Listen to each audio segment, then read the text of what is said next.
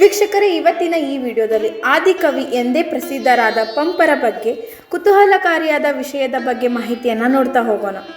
ಪಂಪ ಕವಿಯ ಸಂಪೂರ್ಣ ಮಾಹಿತಿಗಾಗಿ ಇವತ್ತಿನ ವಿಡಿಯೋನ ಸ್ಕಿಪ್ ಮಾಡದೆ ಕೊನೆವರೆಗೂ ನೋಡಿ.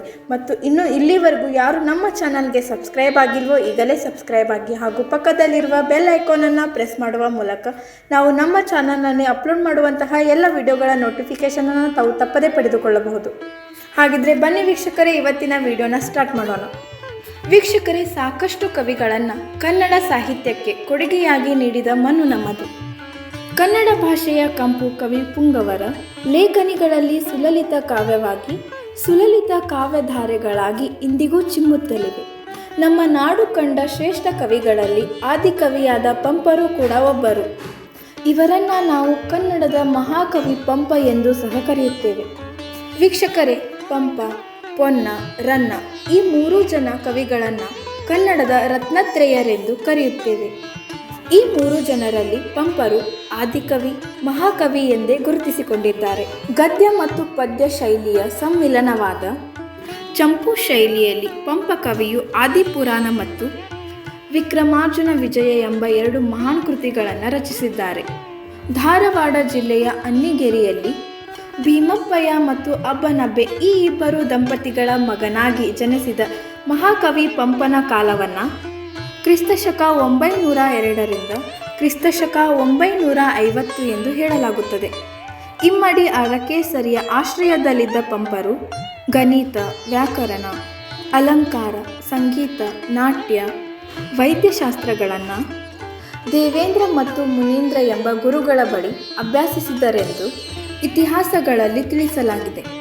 ಇನ್ನು ಆದಿಕವಿ ಪಂಪರಿಂದ ರಚಿತವಾದ ಆದಿಪುರಾಣವು ಕನ್ನಡದ ಶ್ರೇಷ್ಠ ಗ್ರಂಥಗಳಲ್ಲಿ ಒಂದಾಗಿದ್ದು, ಮಕ್ಕಳಾದ ಭರತ ಮತ್ತು ಬಾಹುಬಲಿಯ ಪ್ರಸಂಗವನ್ನು ಇಲ್ಲಿ ವರ್ಣಿಸಲಾಗಿದೆ. ಒಟ್ಟು 16 ಕಾವ್ಯವಾದ ಪೂರ್ಣ ಪುರಾಣವನ್ನು ಆಕರ ಗ್ರಂಥವಾಗಿಟ್ಟುಕೊಂಡು ಪಂಪ ಕವಿಯು ಈ ಕೃತಿಯನ್ನು ರಚಿಸಿದ್ದಾರೆ. ಒಟ್ಟು 16 ಆಶ್ವಾಸಗಳಲ್ಲಿ ಮೊದಲನೆಯ 6 ಆಶ್ವಾಸಗಳು ಋಷಭನಾಥನ ಹಿಂದಿನ 9 ಜನ್ಮಗಳ ಬಗ್ಗೆ ತಿಳಿಸಿದರೆ, ಇನ್ನು 7ರಿಂದ 10 ಆಶ್ವಾಸಗಳು ಋಷಭನಾಥನ ಜನನ, ಬಾಲ್ಯ, ತಪೋಜೀವನ ಹಾಗೂ ಅವರ ಅಂತಿಮ ಕಾಲದ ಬಗ್ಗೆ ಹೇಳುತ್ತವೆ. ಇನ್ನುಳಿದಂತೆ 11ರಿಂದ 16 ಆಶ್ವಾಸಗಳು ಭರತ ಬಾಹುಬಲಿಯ ಕಥೆಯನ್ನು ವರ್ಣಿಸಲಾಗಿದೆ. ಈ ಕೃತಿಯಲ್ಲಿ ಬರೆದಿರುವ ಭರತ ಮತ್ತು ಬಾಹುಬಲಿಯ ಕಥೆಗಳು ಅತ್ಯಂತ ಪ್ರಸಿದ್ಧವಾದ ಕಥಾನಕಗಳಾಗಿವೆ. ಅಲ್ಲದೆ ಮಹಾಕವಿ ಪಂಪರ ಖ್ಯಾತಿಯನ್ನು ಉತ್ತುಂಗಕ್ಕೇರಿಸಿದ ಮಹಾಕೃತಿ ವಿಕ್ರಮಾರ್ಜುನ ವಿಜಯವಾಗಿದೆ. ಈ ಕೃತಿಯನ್ನು ಪಂಪ ಭಾರತ ಎಂದೂ ಸಹ ಕರೆಯಲಾಗುತ್ತದೆ. ಅಲ್ಲದೆ ವ್ಯಾಸರು ರಚಿಸಿದ ಮಹಾಭಾರತ ಗ್ರಂಥವನ್ನು ಆಧಾರವಾಗಿಟ್ಟುಕೊಂಡು ಪಂಪರು ವಿಕ್ರಮಾರ್ಜುನ ವಿಜಯ ಎಂಬ ಕೃತಿಯನ್ನು ರಚಿಸಿದ್ದಾರೆ. ಈ ಕೃತಿಯಲ್ಲಿ ಪಂಪನು ತನಗೆ ಆಶ್ರಯ ನೀಡಿದ ಇಮ್ಮಡಿ ಅರಕೇಸರಿಯನ್ನು ಅರ್ಜುನನಿಗೆ ಹೋಲಿಕೆ ಮಾಡಿ ಕಥೆಯನ್ನು ವರ್ಣಿಸಿದ್ದಾರೆ. ಅಲ್ಲದೆ ಪಂಪನು ಈ ಕೃತಿಯಲ್ಲಿ ತನ್ನ ಕಾಲದ ಸಮಾಜದ ನಾಗರಿಕತೆ, ಸಂಪ್ರದಾಯ, ಸಂಸ್ಕೃತಿ ಹಾಗೂ ಅಂದಿನ ಕಾಲದ ಪ್ರಕೃತಿಯ ದೃಶ್ಯಗಳು ಹಾಗೂ ಜನಸಾಮಾನ್ಯರ ಜೀವನವನ್ನು ಚಿತ್ರಿಸಿದ್ದು ಈ ಕೃತಿಯಲ್ಲಿ ಬನವಾಸಿಯ ವರ್ಣನೆಯೂ ಕೂಡ ಕಂಡುಬರುತ್ತದೆ. ಈ ಕೃತಿಯಲ್ಲಿ ಆಡಂಕುಶ ವಟ್ಟುಡಂ ನೆನೆಯುದೆನ್ನ ಮನಂ ಬನವಾಸಿ ದೇಶವಂ ಎಂದು ಪಂಪ ಮಹಾಕವಿ ಬರೆದಿದ್ದಾರೆ. ಅಲ್ಲದೆ ಚಾಗದ ಭೋಗರಕ್ಕರದ ಗೇಯದ ಗೊಟ್ಟಿಯಲಂ ತಿನಿಂ ಪುಗಳ್ಗಾರವಾದ ಮಾನಸರನತವಾಗಿ ಪುಟ್ಟಲೆ ನಾಗಿಯೋ ಮೇನೋ ತೀರ್ಥಪುದೆ ತೀರದೊಡಂ ಮರಿದುಂಬಿಯಾಗಿ ಮೇಳ್ಕೋಗಿಲೆಯಾಗಿ ಪುಟ್ಟುವುದು ನಂದನದೊಳ ಬನವಾಸಿ ದೇಶದು. ಅಂದರೆ ಇದರ ಅರ್ಥ ತ್ಯಾಗ, ಭೋಗ, ವಿದ್ಯೆ, ಸಂಗೀತ ಗೋಷ್ಠಿಗಳಿಂದ ಕೂಡಿದ ಜೀವನವನ್ನು ಅನುಭವಿಸುವವರೇ ನಿಜವಾದ ಮನುಷ್ಯರು. ಅಂತಹ ಮನುಷ್ಯರು ಹುಟ್ಟಲು ಸಾಧ್ಯವಾಗದೇ ಹೋದರೆ ಕನಿಷ್ಠ ಬನವಾಸಿ ದೇಶದ ನಂದನವನಗಳಲ್ಲಿ ಮರದುಂಬಿಯಾಗಿಯೋ ಕೋಗಿಲೆಯಾಗಿಯೋ ಹುಟ್ಟಬೇಕೆಂದು ಈ ಆದಿಕವಿ ಬನವಾಸಿಯ ಬಗ್ಗೆ ಬಣ್ಣಿಸಿರುವ ಸಾಲುಗಳಂತೂ ಪಂಪ ಮಹಾಕವಿಯ ಕಾವ್ಯಕುಶಲತೆಯ ಬಗ್ಗೆ ಹಿಡಿದ ಕೈಗನ್ನಡಿಯಾಗಿದೆ. ಇನ್ನು ಪಂಪ ಕವಿಯ ಪೂರ್ವಜರು ವೆಂಗಿ ಮಂಡಲದಿಂದ ಬನವಾಸಿಗೆ ಹಾಗೂ ಧಾರವಾಡದ ಕಡೆ ವಲಸೆ ಬಂದಿದ್ದಾರೆಂದು ಹೇಳಲಾಗುತ್ತದೆ. ಈ ಕಾರಣದಿಂದಲೇ ಕೆಲವು ಕಾಲ ಪಂಪ ಕವಿಯು ಬನವಾಸಿಯಲ್ಲಿಯೇ ಜೀವನವನ್ನ ನಡೆಸಿದರು. ಹೀಗಾಗಿ ಅವರಿಗೆ ಬನವಾಸಿಯ ಮೇಲೆ ವಿಶೇಷವಾದ ಪ್ರೀತಿ ಹಾಗೂ ಗೌರವವಿತ್ತು. ಈ ಕಾರಣದಿಂದಾಗಿ ತಮ್ಮ ಕೃತಿಯಲ್ಲಿ ಬನವಾಸಿಯ ವರ್ಣನೆಯನ್ನ ಮಾಡಿದ್ದಾರೆ ಅನ್ನುವುದು ಸಂಶೋಧಕರ ಅಭಿಪ್ರಾಯವಾಗಿದೆ. ಪಂಪರು ರಚಿಸಿದ ವಿಕ್ರಮಾರ್ಜುನ ವಿಜಯವು 14 ಆಶ್ವಾಸಗಳನ್ನು 1809 ಪದ್ಯಗಳನ್ನು ಒಳಗೊಂಡಿದ್ದು, ಈ ಕೃತಿಯನ್ನ ಕೇವಲ 6 ತಿಂಗಳಲ್ಲಿ ರಚಿಸಿರುವುದಾಗಿ ಸ್ವತಃ ಪಂಪ ಮಹಾಕವಿಯೇ ತಮ್ಮ ಕೃತಿಯಲ್ಲಿ ತಿಳಿಸಿದ್ದಾರೆ.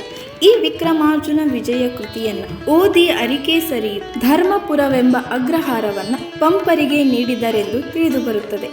ಇವಿಷ್ಟು ಸಂಗತಿಗಳು ಮಾತ್ರವಲ್ಲದೆ ಪಂಪ ಮಹಾಕವಿಯು ಸಂಸಾರ ಸಾರೋದಯ, ಸರಸ್ವತಿ ಮಣಿಹಾರ, ಕವಿತಾ ಗುಣಾರ್ಣವ, ಆದಿಕವಿ, ಕನ್ನಡ ಕಾವ್ಯಗಳ ಜನಕ, ನಾಡೋಜ, ನೂತನ ಯುವ ಪ್ರವರ್ತಕ ಎಂಬೆಲ್ಲ ಬಿರುದುಗಳನ್ನು ಹೊಂದಿದ್ದಾರೆ. ಸಾಕಷ್ಟು ಕವಿಗಳಿಗೆ ಕೃತಿಗಳನ್ನು ರಚಿಸಲು ಸ್ಫೂರ್ತಿಯಾದ ಪಂಪರನ್ನ ನಾಗರಾಜ ಕವಿಯು ಪಸರಿಪ ಕನ್ನಡ ಕೋರ್ವನೆ ಸತ್ಯವಿ ಪಂಪನಾಗವಂ ಎಂದು ಇವರನ್ನ ಬಣ್ಣಿಸಿದ್ದಾರೆ. ಅಲ್ಲದೆ ಕನ್ನಡಿಗರು ಪಂಪನನ್ನ ಯುಗ ಪ್ರವರ್ತಕ ಎಂದು ಗೌರವಿಸಿ ಪಂಪನ ಕಾಲವನ್ನ ಪಂಪಯುಗವೆಂದು ಕರೆದಿದ್ದಾರೆ. ಇನ್ನು ತೀನಂ ಶ್ರೀಕಂಠಯ್ಯನವರು ಪಂಪ ಮಹಾಕವಿಯನ್ನ ಕನ್ನಡದ ಕಾಳಿದಾಸನೆಂದೇ ಹೊಗಳಿದ್ದಾರೆ. ಇನ್ನೊಂದು ಮಹತ್ವವಾದ ವಿಷಯವೇನೆಂದರೆ, ಪಂಪ ಕವಿಯನ್ನ ಸದಾಕಾಲದವರೆಗೆ ನೆನಪಿನಲ್ಲಿಡಲು ಕರ್ನಾಟಕ ರಾಜ್ಯವು ಪಂಪ ಪ್ರಶಸ್ತಿಯನ್ನ ಸಾಹಿತ್ಯದಲ್ಲಿ ಅನುಪಮವಾದ ಸೇವೆಯನ್ನ ಸಲ್ಲಿಸಿದಂತಹ ಕವಿಗಳಿಗೆ ನೀಡಲಾಗುತ್ತಿದೆ. ಇನ್ನು ಪಂಪ ಪ್ರಶಸ್ತಿಯು ಕನ್ನಡ ಸಾಹಿತ್ಯದ ಅತ್ಯುನ್ನತ ಮಹತ್ವವಾದ ಪ್ರಶಸ್ತಿಯಾಗಿದೆ ಎಂದು ತಿಳಿಯಬಹುದು. ಅಲ್ಲದೆ ಪಂಪ ಮಹಾಕವಿಯ ಹೆಸರಿನಲ್ಲಿ ಪ್ರತಿ ವರ್ಷ ನಾಡೋಜ ಪ್ರಶಸ್ತಿಯನ್ನ ನೀಡಲಾಗುತ್ತದೆ. ಇನ್ನು ಕನ್ನಡ ನಾಡು ಪಂಪ ಮಹಾಕವಿಯಂತಹ ಕವಿಯನ್ನ ಪಡೆದ ಪುಣ್ಯದ ನಾಡೆಂದು ಹೇಳಬಹುದು. ಈ ನಾಡಿನಲ್ಲಿ ಹುಟ್ಟಿದ ನಾವೆಲ್ಲರೂ ಧನ್ಯರು. ವೀಕ್ಷಕರೇ, ಇದಿಷ್ಟು ಇವತ್ತಿನ ಆದಿಕವಿಯಾದಂತಹ ಪಂಪರ ಸಂಕ್ಷಿಪ್ತ ಮಾಹಿತಿಯಾಗಿತ್ತು. ಈ ಮಾಹಿತಿ ನಿಮಗೆ ಇಷ್ಟವಾಗಿದ್ದಲ್ಲಿ ವಿಡಿಯೋಗೆ ಲೈಕ್, ಶೇರ್, ಕಮೆಂಟ್ ಮಾಡುವ ಮೂಲಕ ತಮ್ಮ ಅಭಿಪ್ರಾಯವನ್ನು ತಿಳಿಸಿ. ಮತ್ತೆ ಇನ್ನೊಂದು ವಿಶೇಷ ಮಾಹಿತಿಯೊಂದಿಗೆ ನಿಮ್ಮನ್ನು ಭೇಟಿಯಾಗ್ತೀವಿ. ನಮಸ್ಕಾರ.